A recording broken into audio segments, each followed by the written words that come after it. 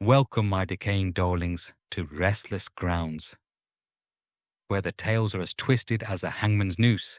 I am your host, the groundkeeper, and tonight's bedtime fright is the eternal tenant.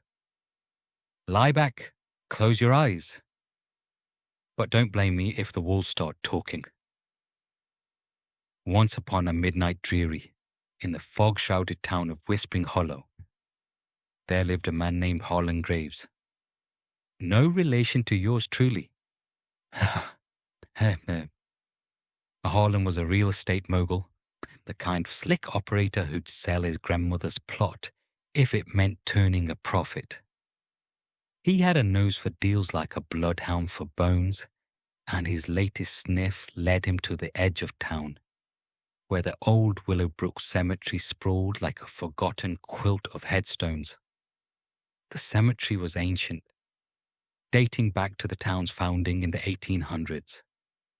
Rows of weathered markers told tales of pioneers, plague victims, and poor souls who'd met untimely ends. Drownings in the nearby river, mining accidents that left families weeping.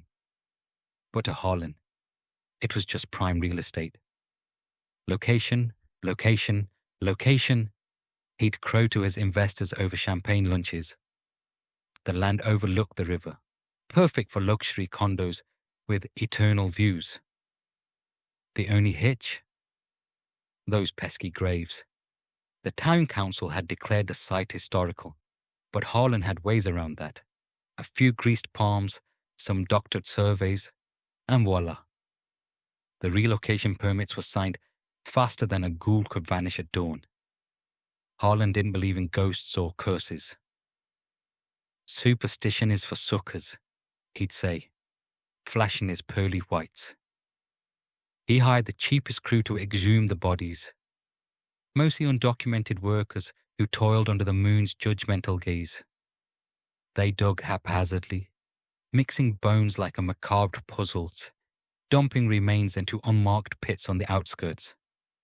One night, as the bulldozers rumbled in, an old groundskeeper, grizzled and bent like a willow tree, approached Harlan. "You can't disturb the restless," the old man wheezed, his eyes like sunken pits. "They've paid their dues. Move 'em wrong and they'll come collecting." Harlan laughed, clapping the man on the shoulder. "Old-timer, the only thing collecting here is rent. Now scram before I bury you in paperwork." The groundskeeper shuffled away, muttering, "The eternal tenant always gets his due." Construction began at breakneck speed.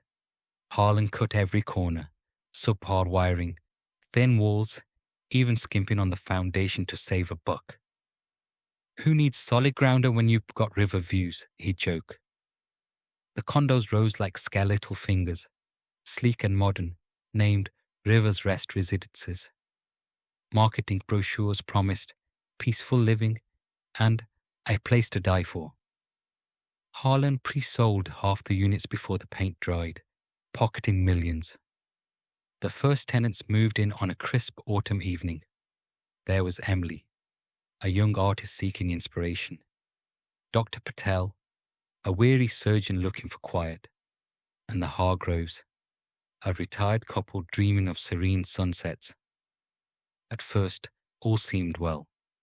The lobby gleamed with marble, the elevators hummed smoothly, and the river sparkled below like a ribbon of mercury. But whispers started soon after. Literal whispers. Emily woke one night to faint voices murmuring through her vents. "Where is my rest?"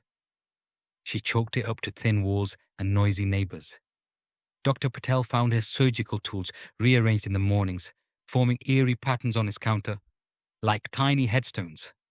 The Hargroves heard scratching in the walls, as if fingers were clawing for escape. Harlan dismissed the complaints. "New building quirks," he'd email. "Give it time to settle." But the incidents escalated. Lights flickered without cause, casting shadows that twisted into humanoid forms. Elevators plunged suddenly, stopping with a jolt that left riders pale. One tenant, a nosy accountant named Mr. Fisk, vanished entirely. His unit found empty, save for a single dusty bone on the kitchen table. Word spread like wildfire on a dry grave. Tenants fled, breaking leases and demanding refunds. Harlan's empire teetered. "It's sabotage!" he roared in board meetings. To prove his point and salvage sales, he moved into the penthouse himself.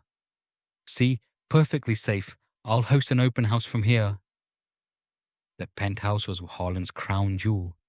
Panoramic windows, a private balcony overlooking the river, and walls so thin he could hear the building's heartbeat, or so it seemed. His first night, he toasted himself with whiskey, gazing at the moonlit water.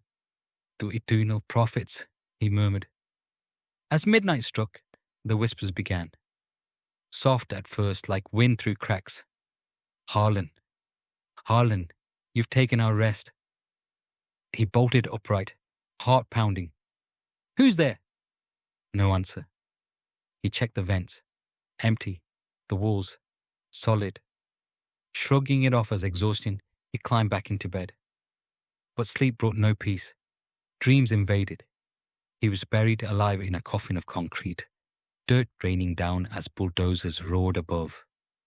He clawed at the lid, nails splinting, screaming for air.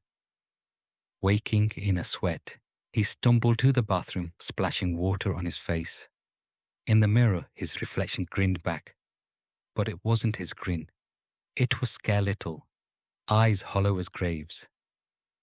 "Imagination," he muttered, but doubt crept in like fog. The next day during his open house, prospective buyers toured the building. Harlan played the gracious host, but oddities mounted. A woman's purse vanished, reappearing in the basement amid cobwebs. A child pointed at a wall, whispering, "The man inside is sad." Harlan laughed it off, but sales tanked. That night, alone again, the whispers grew louder. "You built on out of bones. Now pay the rent." Desperate, Harlan called the old groundskeeper. "What do I do?" he begged over the phone. The old man's voice crackled like dry leaves. "Too late, boy. The eternal tenant demands his due. You skimped on their rest. Now you'll provide it." Harlan hung up, scoffing, but fear gnawed at him. He paced the penthouse, walls closing in. Suddenly, the floor trembled. Cracks spider-webbed across the ceiling, dust sifting down. Earthquake? He thought, but Whispering Hollow had none. Then the walls spoke, not whispered but groaned. "Join us. Harlan, eternal lease." He ran for the door, but it jammed. Windows fogged with breath not his own. Shadows peeled from corners, coalescing into translucent figures, pioneers in tattered clothes, miners with pickaxe wounds, plague victims with sunken cheeks. They surrounded him, hands outstretched. "You disturbed our peace," one hissed, a woman with riverweed in her hair. "Built your empire on shortcuts and stolen ground." Harlan backed against the wall, pleading, "I'll fix it! Tear it down! Relocate properly!" But the spirits laughed, a hollow echo. "Too late. The foundation's weak, like your soul. You'll hold it up. Forever." The floor buckled beneath him. Harlan fell, not through wood, but into void. He screamed as the building swallowed him whole, walls folding like a coffin. Concrete poured in, hardening around him, trapping him in the very structure he'd skimped on. His body vanished, but his essence lingered, woven into the beams, the wires, the thin whispering walls. The next morning, the building stood silent. Tenants returned, drawn by an inexplicable calm. No more whispers, no flickers. The condos sold out overnight, hailed as miraculously peaceful.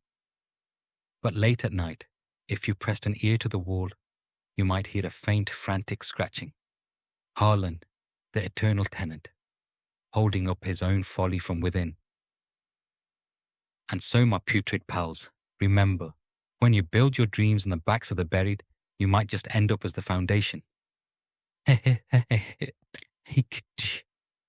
Sweet screams, and don't let the bedbugs bite, unless they're the undead kind. Until next time, from Restless Grounds, good night.